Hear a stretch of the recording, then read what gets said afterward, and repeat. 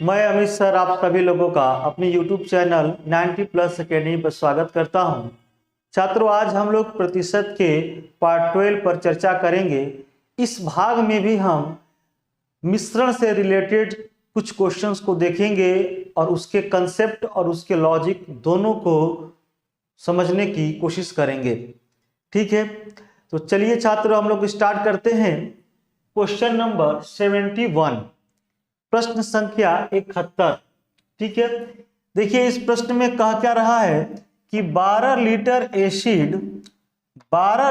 Acid और पानी के मिश्रण में 30% एसिड है।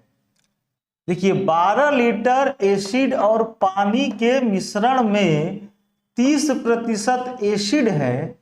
एसिड को 40% करने के लिए कितना लीटर पानी निकालना पड़ेगा। ठीक है, देखिए यहां पर अभी तक जो क्वेश्चन हम लोग पढ़ रहे थे उसमें पानी को डाला जा रहा था। अब इस प्रश्न में पानी को निकाला जाएगा। ठीक है, बहरहाल या पानी निकाला जाए या पानी डाला जाए, उससे क्या एसिड के मान पर, जो एसिड की मात्रा इस मिश्रण में मौजूद है उसके मान पर कोई परिवर्तन आएगा। तो आप ये समझ लीजिएगा कि जब ना एसिड हम निकाले हैं ना अलग से एसिड डाले हैं, तो एसिड के मान में कोई परिवर्तन नहीं आएगा। परिवर्तन आएगा तो उस पानी के मान में आएगा जिसे निकाला जा रहा है। ठीक है, तो आइए इसके कंसेप्ट को हम समझते हैं। कोई भी मिश्रण होता है छात्रों, कोई भी मिश्रण होता है, पिछली क्लास में भी हमने आपको ये बताया था कि कोई भी मिश्रण होता है वो अपने आप में कितना परसेंट होता है, 100% होता है। कोई भी मिश्रण हो वो अपने आप में 100% होता है। ठीक है, अब इसलिए कह रहा है कि इस मिश्रण में 30% एसिड है।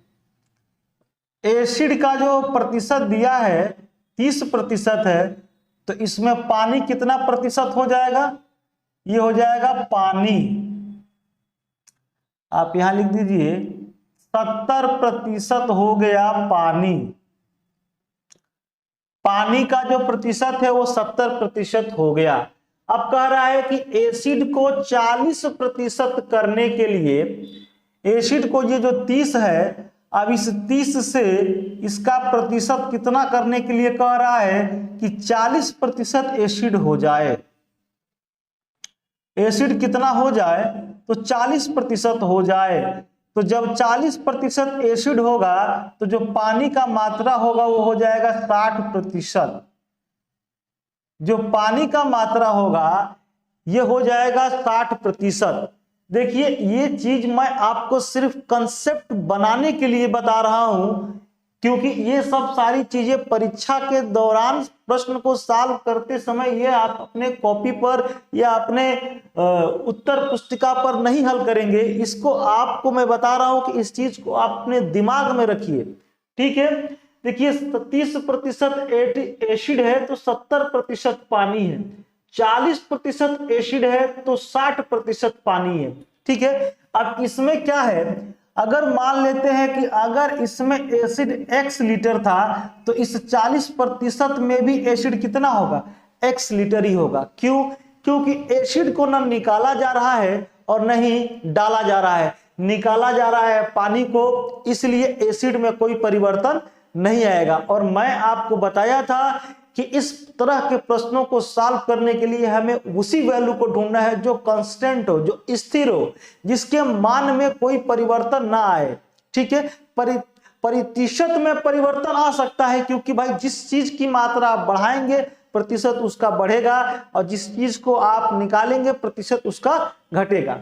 ठीक है, तो अब देखिए अब इसमें कह रहा है कि पहले की 12 लीटर, आपका मेन क्वेश्चन यहां से स्टार्ट होता है। ये तो सिर्फ आपका कंसेप्ट था, इसको आपको अपने एग्जाम के समय नहीं लिखना है, ये सिर्फ कंसेप्ट समझाने के लिए मैं आपको बता रहा हूं।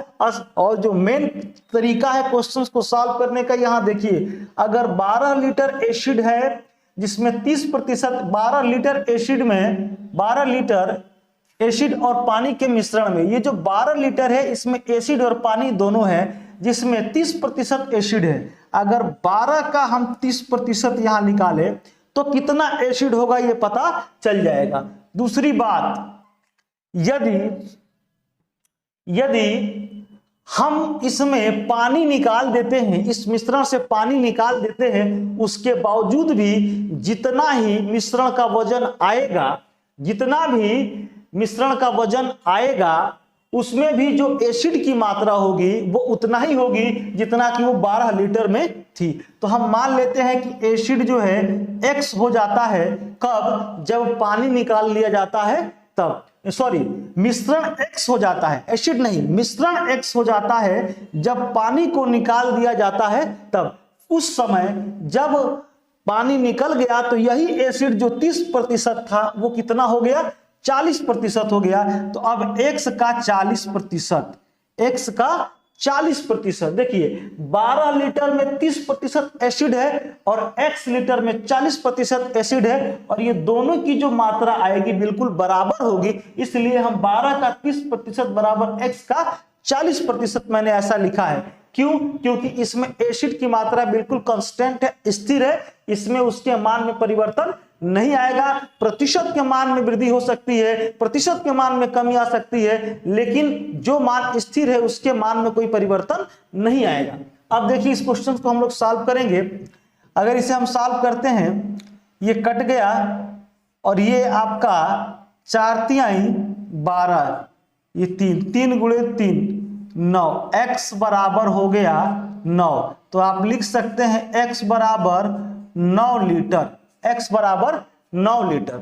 अब आप ये समझ सकते हैं कि पहले 12 लीटर था तो उसका 30%, और जब x था तो उसका 40%, ये दोनों बराबर हो गया तो x का मान आ गया 9 लीटर। तो आप यहां कह सकते हैं कि पानी कितना निकालना पड़ेगा, तो 3 लीटर, 3 लीटर पानी आपको निकालना पड़ेगा, पानी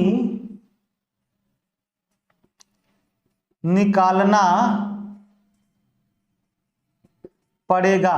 क्योंकि भाई जब यह 9 लीटर मिश्रण होगा तभी एसिड की जो मात्रा है प्रतिशत में 40 हो पाएगी। ठीक है, तो 12 से यह कितना कम है, तो 3 कम है, तो 3 लीटर पानी हमें क्या करना होगा, निकालना होगा। तो आपने समझा कि मेरे जो क्वेश्चन का कंसेप्ट था बस ये एक लाइन का था, ये एक लाइन का कंसेप्ट था। सिर्फ इस चीज को अगर आप समझ जाते हैं तो आप इसे एक लाइन में क्वेश्चंस को आप हल कर सकते हैं। ठीक है, नो ट्रिक, नो कोई तरीका, आप सीधे इसके एक्चुअल कंसेप्ट से क्वेश्चंस को सॉल्व करिए, देखिए बिल्कुल इजी हो जाएगा इस तरह के प्रश्नों को सॉल्व करना। चलिए इसके आगे हम लोग बढ़ते हैं।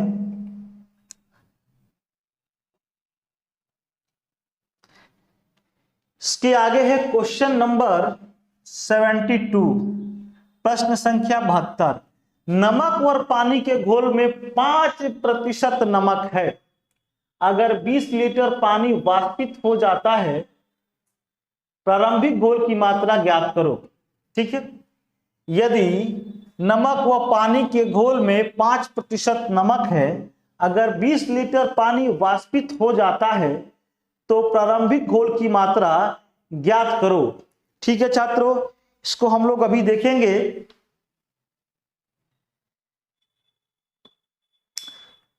कुछ प्रश्न में ये त्रुटि हो गई थी, इसको मैंने फिर से सही कर दिया छात्रों। फिर देखिए क्वेश्चन नंबर 72, नमक व पानी के घोल में 5% नमक है, अगर 20 लीटर पानी वाष्पित हो जाता है तो नमक 15% बन जाता है, तो प्रारंभिक घोल की मात्रा ज्ञात कीजिए। तो अब छात्रों हम यहां इसके बेसिक कंसेप्ट को नहीं समझेंगे, क्योंकि मैंने इस क्वेश्चन में इसके बेसिक कंसेप्ट को बता दिया है। अब डायरेक्ट क्वेश्चन को हम लोग करेंगे। ठीक है, मान लीजिए कि नमक और पानी के घोल में 5% नमक है, अगर 20 लीटर पानी वाष्पित हो जाता है तो नमक 15% बन जाता है। ठीक है, मान लेते हैं कि जो शुरू में जो घोल था, जो मिश्रण था वो X था, जो मिश्रण था वो X था, और इस X का 5% नमक था, 5% नमक था। प्रतिशत को मैं इसलिए हटा देता हूं कि दोनों तरफ 100 आएगा तो कट जाएगा, इसलिए मैं प्रतिशत नहीं लिखता हूं। ठीक है, जो प्रारंभ में जो मिश्रण था वो X था और X का 5% नमक था। वाष्पित क्या हो सकता है? पानी की नमक। तो आप ये समझ सकते हैं कि वाष्पित सिर्फ पानी हो सकता है, नमक की मात्रा जितनी भी उसमें मौजूद होगी उतनी ही मात्रा उसके वाष्पित होने के बाद भी मौजूद होगी। और इसी कंसेप्ट को पर इस क्वेश्चन को बनाया गया है। देखिए, कह रहा है कि 20 लीटर पानी वाष्पित हो गया, मतलब टोटल का जो मिश्रण था उस मिश्रण का अगर हम उस मिश्रण में से अगर हम 20 लीटर पानी को निकाल दे तो अब जो मिश्रण बचेगा वो हमारे पास रहेगा। अगर 20 लीटर मिश्रण में से 20 लीटर पानी वाष्पित हो गया तो मिश्रण कितना बचा? x माइनस 20 बचेगा। पहले मिश्रण था x और x का 5% था नमक। अब इस मिश्रण में से 20 लीटर पानी वाष्पित हो गया तो मिश्रण बचा कितना? तो x माइनस 20। अब इसमें जो यही इस नमक की जो मात्रा इस x का 5% था, अब वो इसका हो गया है 15%। अब हो गया है इसका 15%। तो पूछा है कि प्रारंभिक घोल की मात्रा क्या होगी, तो आपके सामने इसका इक्वेशन बन चुका है। अगर x का मान आप निकाल दिए तो आप इसके प्रारंभिक घोल की मात्रा ज्ञात कर सकते हैं। तो आप यहां देखिए, यहां से इसको कटा दिए तो ये हो गया 3। अब हम यहां लिखेंगे x, यहां हम लिख दिए x और यहां हमने लिखा 3x माइनस 60। 60 इधर आ गया और x इधर चला जाएगा तो ये हो जाएगा 2x और ये हो जाएगा 60। तो x बराबर 60/2 कट के हो गया 30 लीटर।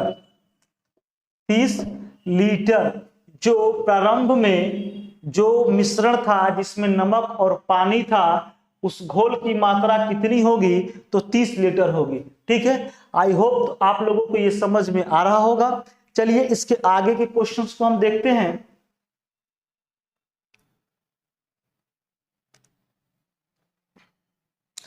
क्वेश्चन नंबर 73, प्रश्न संख्या 53। 50 लीटर ग्लिसरीन के सैंपल में 20% मिलावट है। 50 लीटर ग्लिसरीन के सैंपल में 20% मिलावट है। मतलब मिलावट का मतलब कि मिश्रण है उसमें 50 लीटर का, जिसमें ग्लिसरीन भी है और 20% कुछ और भी चीज है। ठीक है, इसमें कितना शुद्ध ग्लिसरीन मिलाया जाए जिससे मिलावट की मात्रा 5% रह जाए। ठीक है, अब ये आपको समझना है कि मिलाया किसको जा रहा है? तो मिलाया जा रहा है ग्लिसरीन को। तो क्या चीज कांस्टेंट है? ये देखिए, कांस्टेंट वो चीज है जो इसमें मिलाया गया है, क्योंकि उस चीज को ही कम करना, उसके प्रतिशत को ही कम करना है। तो जो चीज मिलाया गया है उसके प्रतिशत को यदि आपको कम करना है तो आपको ग्लिसरीन को ज्यादा करना पड़ेगा।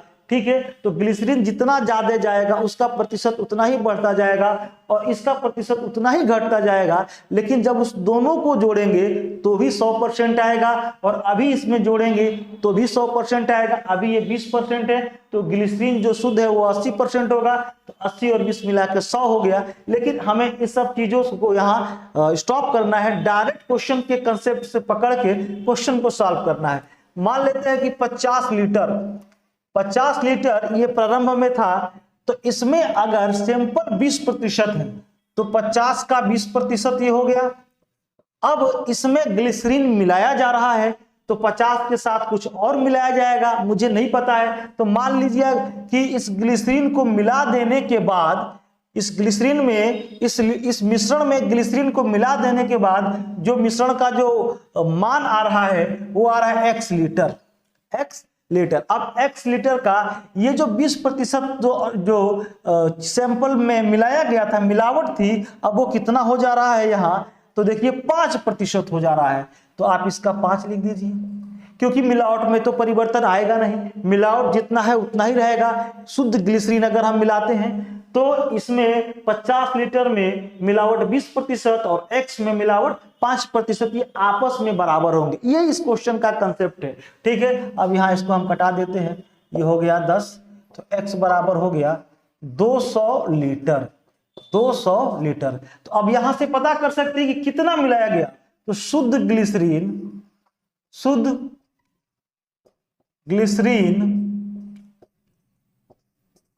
मिलाया गया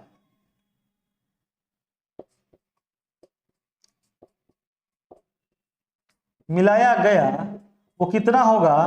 तो 200 माइनस 50 इज इक्वल टू 150।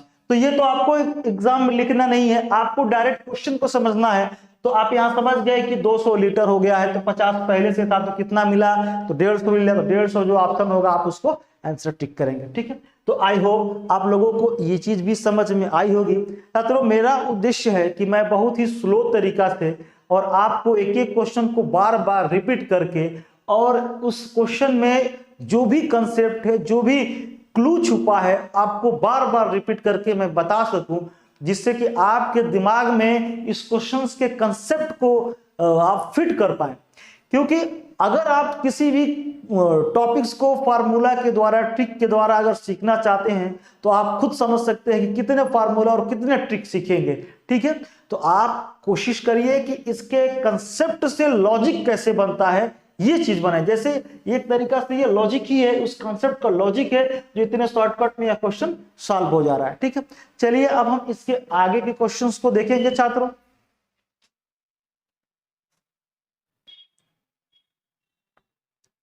अब हम प्रश्न संख्या 74 देखेंगे।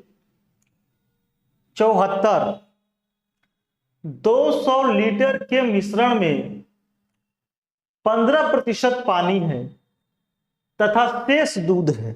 ठीक है, उसमें कितना दूध और मिलाया जाए कि दूध की मात्रा 87.5% हो जाए।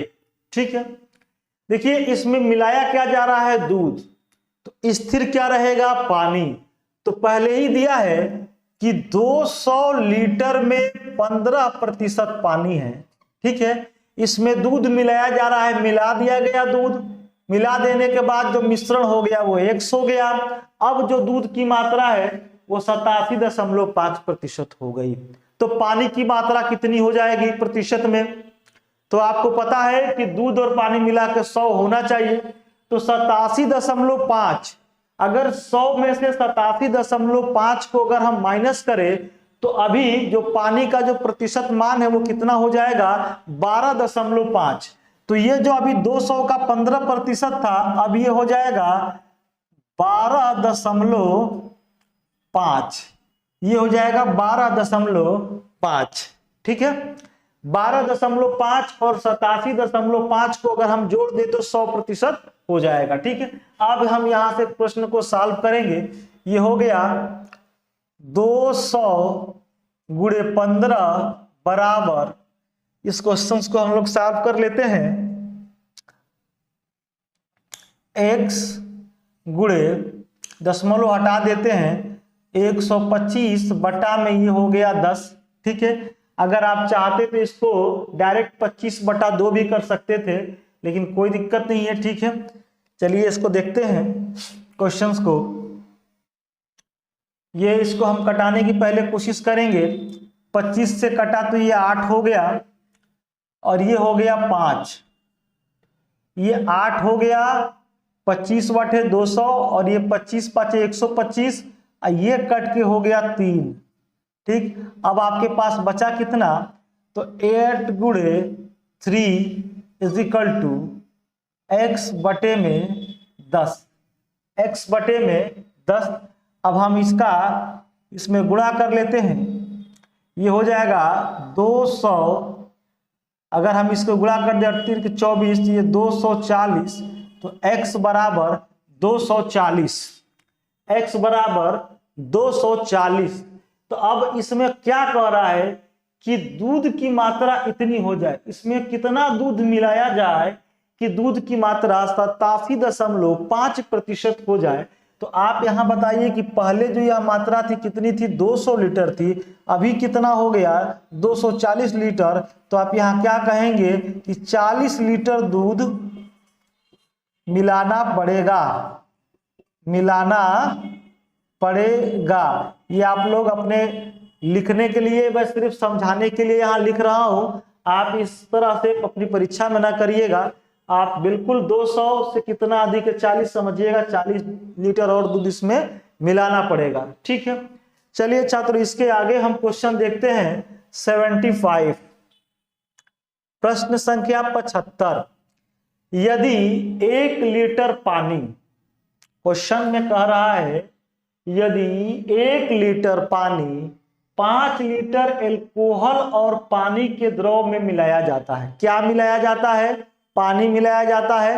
कितना मिलाया जाता है? 1 लीटर मिलाया जाता है। ठीक है, जिसमें 40% एल्कोहल है, तो नए मिश्रण में एल्कोहल की मात्रा क्या हो जाएगी? देखिए बहुत ही इजी क्वेश्चन है। पहले एल्कोहल और पानी का जो मिश्रण था वो 5 लीटर का था। ठीक है, तो 5 लीटर का था, ठीक, जिसमें 40% एल्कोहल था। इसका 40% एल्कोहल हो गया। ठीक है, क्योंकि एल्कोहल के मात्रा में कोई परिवर्तन नहीं आएगा, क्योंकि इसमें एल्कोहल मिलाया नहीं जा रहा है, मिलाया पानी जा रहा है। 1 लीटर पानी और मिल गया, तो 1 लीटर ये और 5 लीटर ये। अब यह मिश्रण कितना हो गया? 6 लीटर हो गया। अब यह मिश्रण कितना हो गया? 6 लीटर हो गया। तो अब इस 6 लीटर में एल्कोहल की मात्रा क्या होगी हमको नहीं पता है, तो मान लेते हैं कि x हो जाएगी, x% हो जाएगी। अब यहां से क्वेश्चन को हम लोग सॉल्व कर लेंगे। ठीक है, यहां अगर क्वेश्चन को सॉल्व करते हैं तो ये हो गया कट के 3, इसको हम 2 से कटाएंगे, ये 3 हो जाएगा और ये हो जाएगा 20, ये हो जाएगा 100 और ये हो गया 3x। तो x बराबर 100 बटा में 3 इजिकल टू 33 सही 1/3%। ठीक है, तो जब 1 लीटर पानी 5 लीटर एल्कोहल और पानी के द्रव में मिला दिया जाएगा, तो एल्कोहल अब जो मिश्रण होगा 6 लीटर में, तो 6 लीटर में जो एल्कोहल की मात्रा हो जाएगी वो 33 सही 1/3% हो जाएगी, जो एल्कोहल की मात्रा 5 लीटर में 40% थी। ठीक है, दैट्स क्लियर। चलिए इसके आगे देखते हैं हम लोग।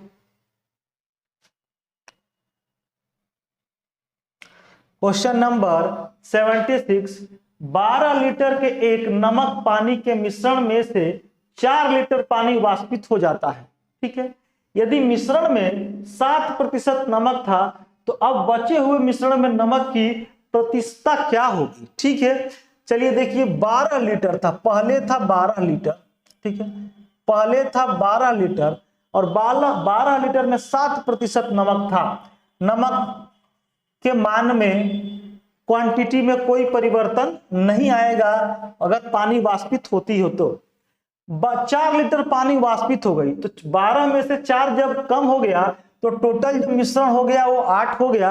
अब 8 में नमक का जो प्रतिशत है वो क्या होगा? तो कह रहा है तो अब बचे हुए मिश्रण में नमक का प्रतिशतता क्या होगी? तो मान लेते हैं x, बचा हुआ मिश्रण 8 है। अब इसको कटा देंगे यहां से, ये 4 दूनी का 8, 4 तिहाई 12। ठीक है, 2x बराबर हो जाएगा 21, तो x बराबर 10.5, इसको 2 से भाग दे देंगे तो 10.5%।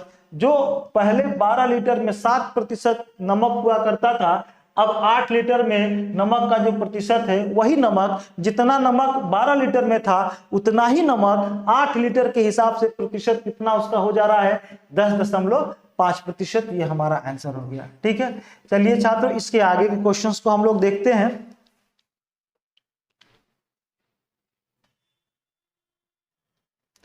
अगला क्वेश्चन हम लोग देखेंगे 77। प्रश्न संख्या 77 कह रहा है कि एक मिश्रण में 12% तांबा है।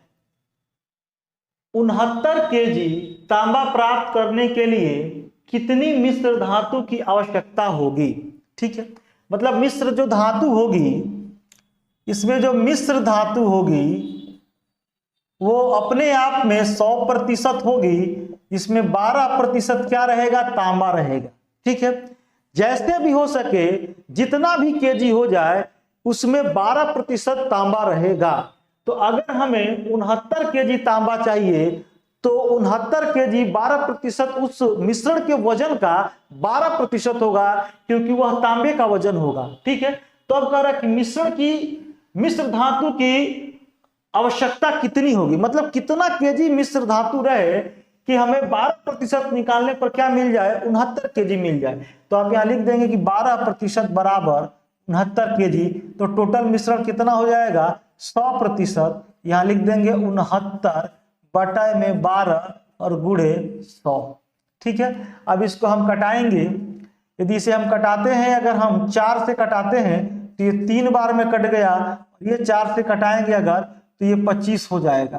ठीक है, अब इसको हम 3 से कटा दिए, 3 दूनी का 6, 3 तिरी का 9। ठीक है, अब इसका गुणा कर देंगे, 25 तिहाई 75 का 5 बचा 7, 25 दूनी के 50, 50 और 7 57, 575 केजी।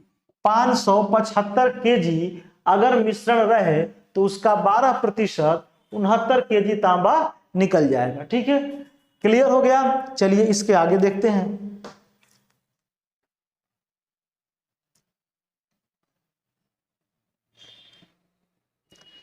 प्रश्न संख्या 78, एक तरबूज में 90% पानी है। ठीक है, अगर मान लीजिए कि एक तरबूज में 90% पानी है, कुछ समय बाद इसमें केवल 12% पानी शेष बचता है और इसका वजन 50 केजी रह जाता है, तो प्रारंभिक वजन ज्ञात करिए। जैसे कहने का सेंस समझिए कि अगर मान लीजिए कि अगर पानी होगा तो इस तरबूज के अंदर कुछ गुद्दा भी होगा जिसको हम खाते हैं। ठीक है, तो अगर पानी हमने यहां रख दिया पानी और यहां गुदा लिख दिया, ठीक है, तो पानी हो गया 90% और गुदा हो गया 10%, क्योंकि मिश्रण मिला के वो 100% होगा। ठीक है, अब कह रहा है कि कुछ समय के बाद इसमें केवल 12% पानी रह जाता है। अगर यह 12% पानी हो जाएगा तो ये हो जाएगा 88%। ठीक है, देखिए डिफरेंस किस में आ रहा है, ये देखिए डिफरेंस आ रहा है पानी के मान में। पानी कहीं बढ़ा है और कहीं घटा है, लेकिन अगर गुदा को देखा जाए तो गुदा ना घट रहा है ना बढ़ रहा है। क्या चीज कांस्टेंट है, तो गुदा कांस्टेंट है। ठीक है, तो अब यहां देखिए कि जब यह पानी 12% हो जाता है, यह पानी जब 12% शेष रह जाता है तो इसका वजन 50 केजी रह जाता है। ठीक है, 50 केजी रह जाता है, मतलब जो गुदा है वो 88% के बराबर हो जाता है और ये 12% के बराबर हो जाता है। ठीक है, तो अब आप यहां निकाल सकते हैं, इसको आप सॉल्व कर सकते हैं कि 50 का 88 बराबर, अब मान लेते हैं कि पानी जब नहीं सूखा था तो वो टोटल जो वजन थी वो x था, ये मान लिए। अब उस x में जो यही जो पानी जो गुदा है वो कितना है, 10% है। उस x में यही गुदा कितना है, 10% है। यहां से इसको हमने कटा दिया, गुणा कर दिया, 5/40 0, 5/40 444, तो x का मान आ गया 444। तो आप कहेंगे कि 444 किग्रा प्रारंभ में वजन था, जिसमें 90% पानी था और 10% गुदा था।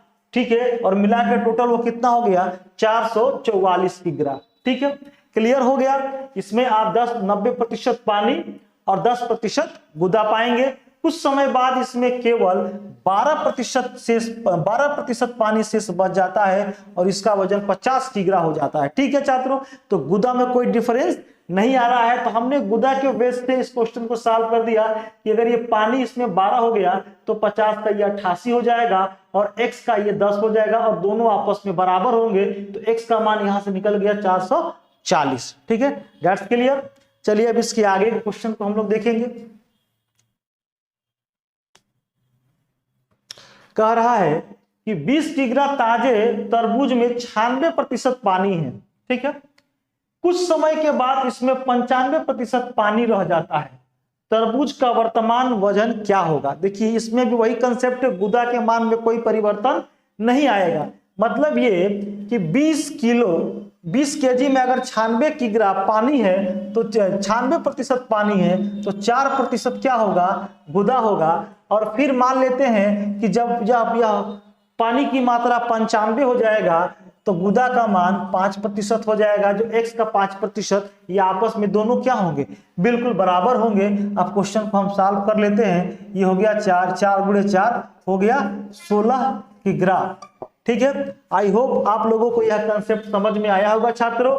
और आप किसी भी बुक में किसी भी कंसेप्ट से अगर इससे आसान कोई तरीका होगा तो फिर हमें मुझे जरूर कमेंट करके बताइएगा। ठीक है, क्योंकि आई होप, मुझे लगता है कि इससे आसान अब कोई तरीका नहीं हो सकता इन क्वेश्चंस को सॉल्व करने का। ठीक है, और ये सारे क्वेश्चन एसएससी सीजीएल एलडीसी और एसएससी सीजीएल के मेंस में यह प्रश्न पूछे गए हैं, और साथ ही साथ यह आर.एस. अग्रवाल के बुक में भी क्वेश्चंस दिए गए हैं। और उनके सॉल्व करने का तरीका आप देखिएगा, उसमें कितने लंबे तरीका से इस क्वेश्चन को सॉल्व किया गया है। ठीक है छात्रों, चलिए इसके आगे के क्वेश्चन को हम लोग डिस्कस करते हैं।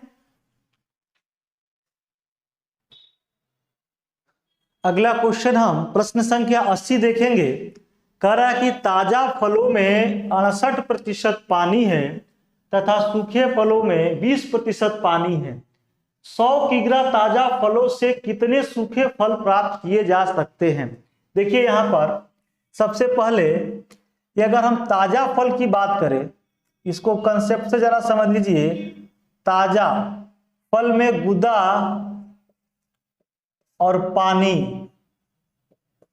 दोनों देखेंगे, और सूखे फल में भी सूखे में गुदा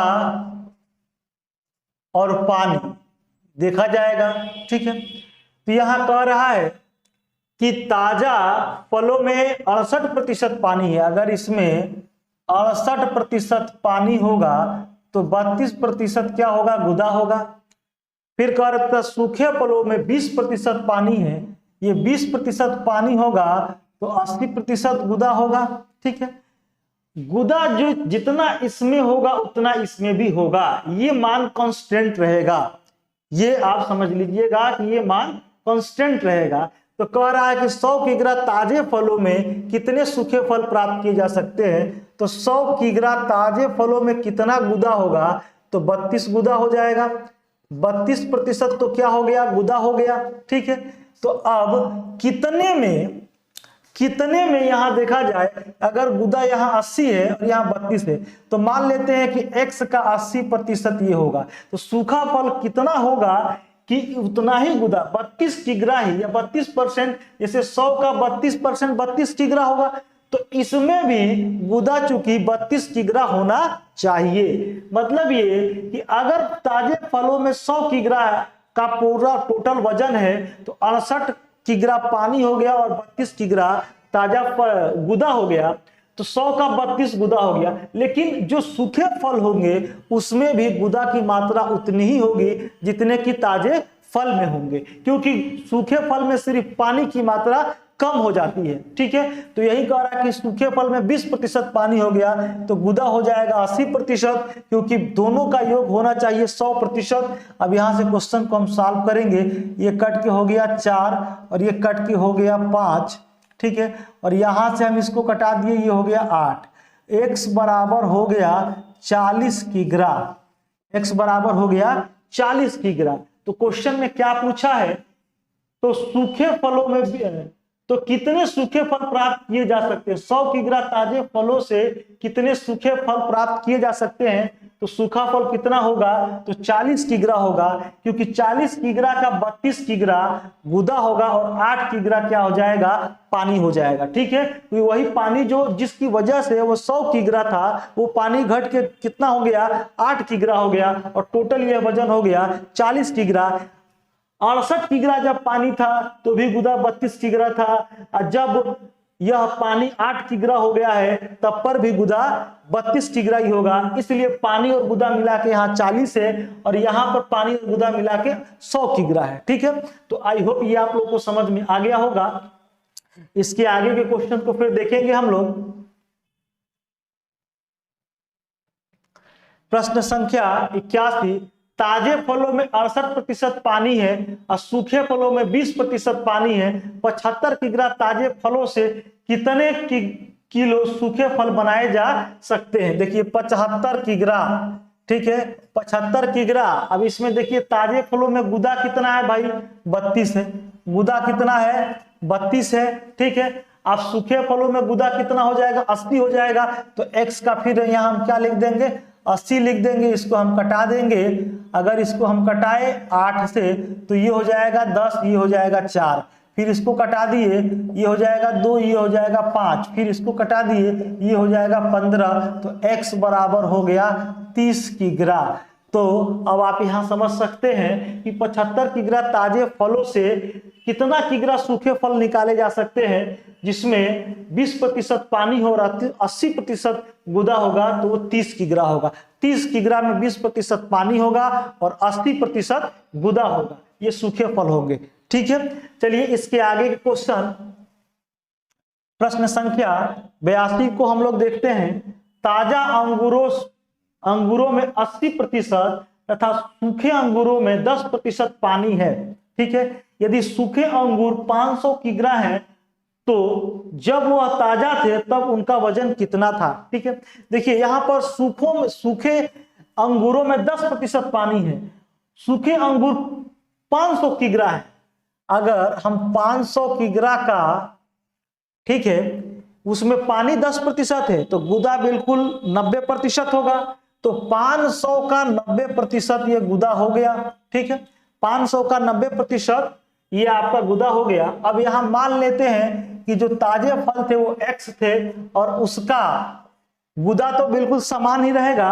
अब उसमें अगर ये 80% पानी जो है 80% होता तो गुदा कितना हो जाएगा, 20%। तो x का ये कितना हो गया, 20%। इसमें भी सूखे फलों में भी गुदा उतना ही होगा और ताजे फलों में भी गुदा उतना ही होगा। और तब x का मान देखा जाए, ये जो बताएगा वो ताजे फलों की टोटल क्वांटिटी को बताएगा, जिसमें 20% गुदा यहाँ के 500 किग्रा के 90% गुदा के बराबर होगा। तो अब यहाँ से हम क्वेश्चन को कटा देते हैं। अगर इसको लिख देते 9 × 5 = 45, तो ये हो गया 45,000, ये हो गया 20 × x, तो ये कट गया। तो x बराबर 4500 बटे में 2, ये हो जाएगा 2200 और 50, 2250 किग्रा। तो ताजे फलों का जो वजन था वो कितना था, 2250 किग्रा था। तो छात्रों आज का हमारा क्लास यहीं क्लोज होता है और इसके आगे हम पार्ट 13 पर देखेंगे। भाग 13 में हम आगे के प्रश्नों को सॉल्व करना सीखेंगे। और अगर आप मेरी क्लास देख रहे हैं और आपको लग रहा है कि जो कुछ भी मैं आप लोगों को पढ़ा रहा हूं वो आपके नॉलेज को ग्रो कर रहा है और आपका कंसेप्ट मजबूत हो रहा है, तो आप मेरे चैनल को सब्सक्राइब और लाइक करना जरूर करिएगा और अपने दोस्तों के साथ इसे शेयर भी करिए, जिससे मुझे आप लोगों को और बेहतर से बेहतर पढ़ाने के लिए मोटिवेशन मिल सके। अगर आप लोग लाइक शेयर करेंगे, कमेंट करेंगे, तो मुझे लगेगा कि जो कुछ भी मेहनत मैं आप लोगों के लिए कर रहा हूं उससे आप लोग को सेटिस्फेक्शन है और मुझे और भी मेहनत आप लोग के लिए करना चाहिए। तो इसके बाद आगे की क्लास हम लोग अगले दिन देखेंगे, ठीक है। ओके।